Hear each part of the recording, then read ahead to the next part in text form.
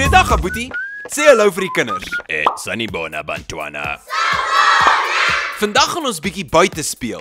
Is julle reg om 'n paar nuwe woorde te leer? Ja! Aboetie, wat is die woord vir wolk in isiZulu? Ifu. En die woord vir son in isiZulu? Ilanga.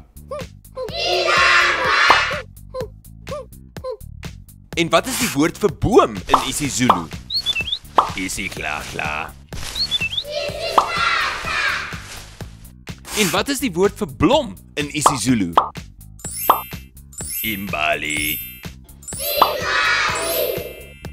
So, ons het Ifu, Ilanga, Isiklakla en Imbali. En nou kan jy hierdie woorde gebruik om sinne te bou. Totsiens, Aboetie. Totsiens julle. Sien julle volgende keer.